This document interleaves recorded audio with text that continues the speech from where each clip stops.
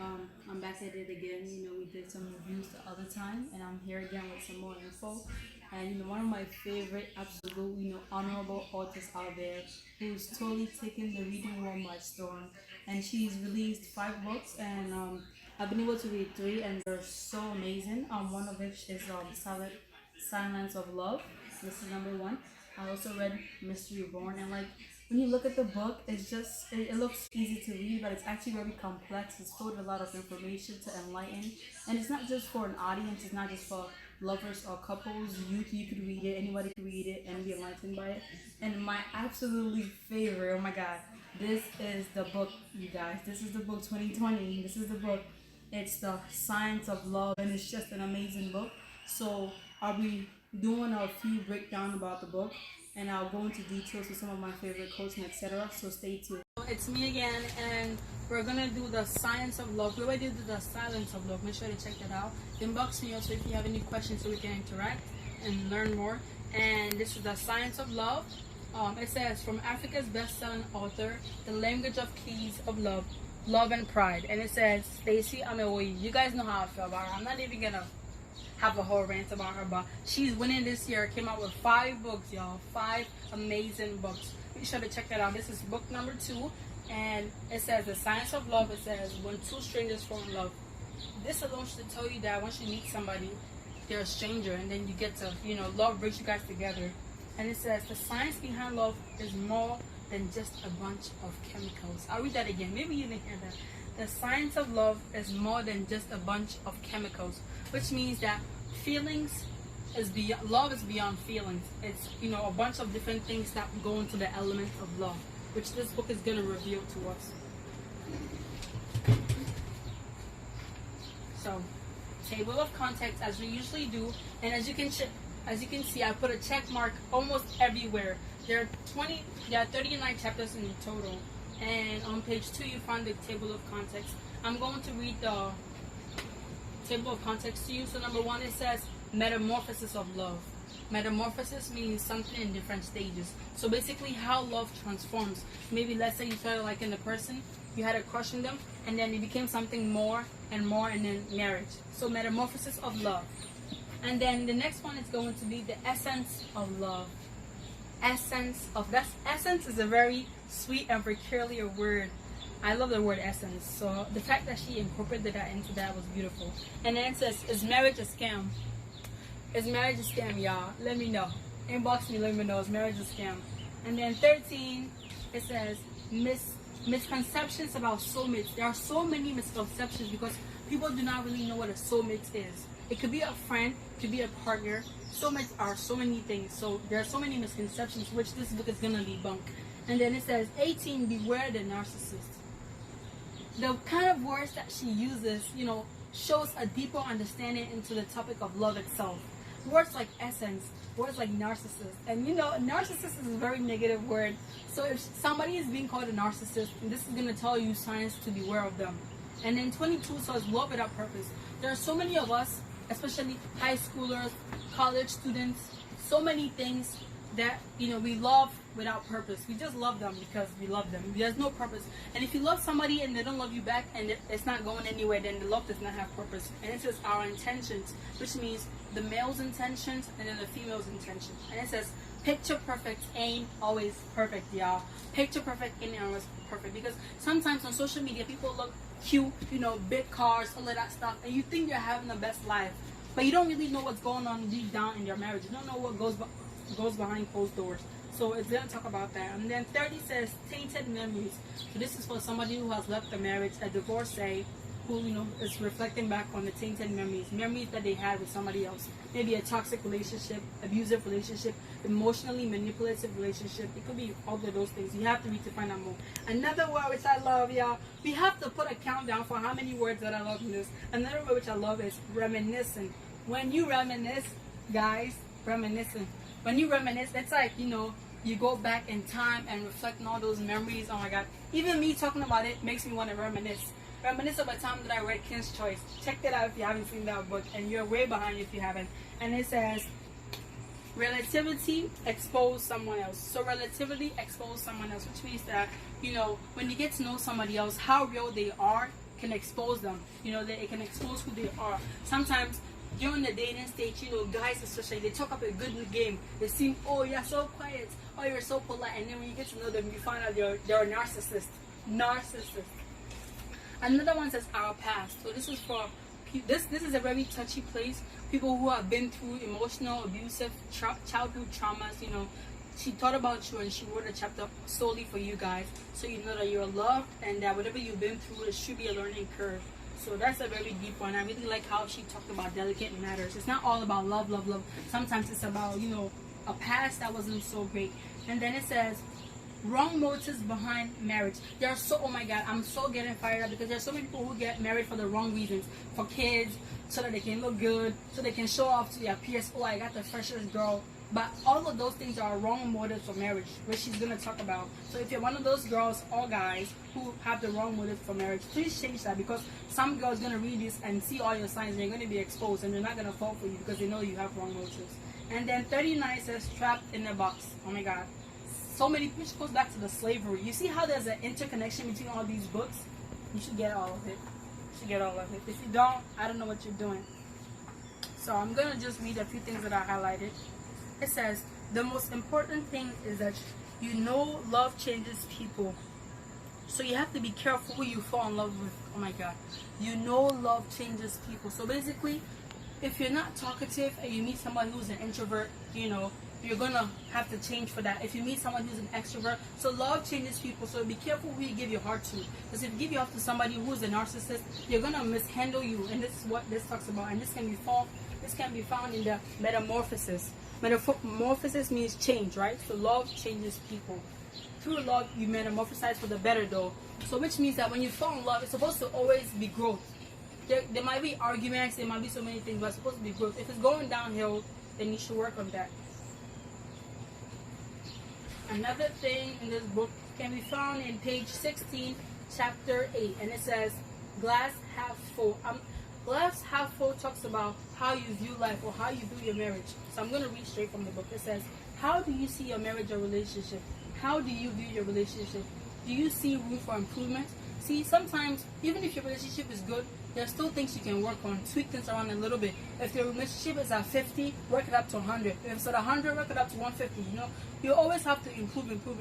Because the more you improve, the better your kids who are going to come learn after you, and then they also improve. And then you have a whole generation full of people who have improved, and it can be thanks to this book. And the next thing is, to always get the best out of it, you have to put your best. This is not even just for relationships. Everything you do in life, you have to put 100. I heard somewhere by a good lady who told me, still this lady who wrote the book, she said that when you meet somebody, you don't put in 50 for them to put in 50. No, you go in 100% and they bring 100%, and together you have 200. But if you go 50-50, you were looking for somebody to complete you. It's not going to work that way. You have to, you know, come with your best and go with your best and be willing to fight. Another one says, let's see.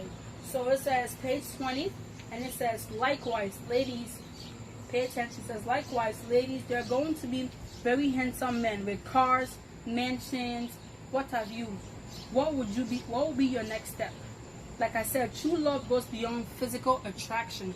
Just because you're physically attracted, just because somebody looks handsome, looks beautiful, doesn't mean that that's love. That's attraction. You can like them, you can crush on them, but love goes beyond them. Because if they look good and your attitude is disgusting, will you be able to willing to deal with that? Ask yourself that question. So don't be moved by materialistic objects, because those are just cheap. You know, your heart is more expensive and should be bought with somebody's effort and hard work. And then it says chapter 11, as you can see, I wrote here, everything on this page is key. Everything on this page is key. So if you get to page 21, please take your highlighter out, take your pens, and I want you guys to come back with me with quotes and interactions so we can interact and be enlightened. It says dating and courtship. So it's under the title of the talking stage. Now, as a teenager and a bunch of teenagers out there, the talking stage is very key. So please pay attention. It says dating and courtships are getting to know your partner. Nowadays, there's a talking stage when you get to know somebody who you are interested in. That stage can take weeks, months, years. Do not attempt to expand on a relationship if you are stuck in the talking stage. Which means that if you're talking to a boy or a girl and you guys are still in the talking stage and he or she has not made an effort to improve, don't proceed. They don't want to go anywhere with you. They have no purpose. Going back to other chapters, they have no purpose with you. So either you can remove yourself from the situation or just enjoy the talking stage, because they don't have a future with you. Because if they did, it says weeks, years. Once it gets to years and you're still in the talking stage, please pack your bags and skadoosh. Okay, we're gonna keep going. It says marriage means a lot. Okay, so let me tell you guys the chapter so you'll be able to follow along. Page 22 and chapter 13, it says, is marriage a scam? Before I even read this, I want you guys to comment down below whatever platform you're viewing this at and tell me if marriage is a scam. Those who have been hurt will say it's a scam. Those who have not been hurt will say it's a scam, and you find out why. It says marriage means a lot to most people. People define marriage by what they have been through naturally. People define marriage by what they have been through. Somebody will say marriage is a scam because they have been through bad marriage, so they'll say it's a scam. So you as a newlywed, don't take their advice too lightly, because if they have had a bad experience, you're gonna feel bad for yourself.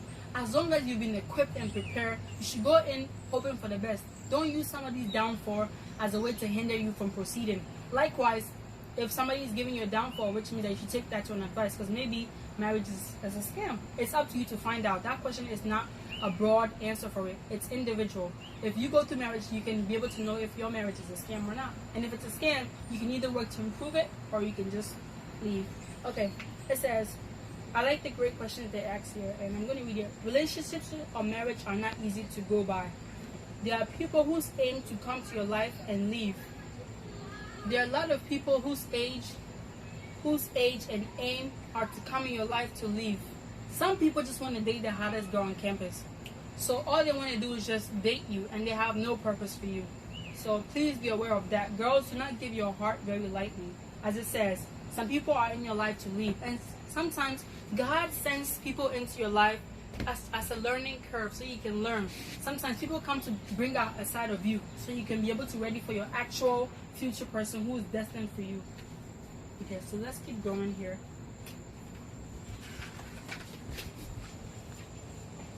Okay, the next one can be found in chapter 14. It says, when two strangers fall in love, it does not matter what you think about the person.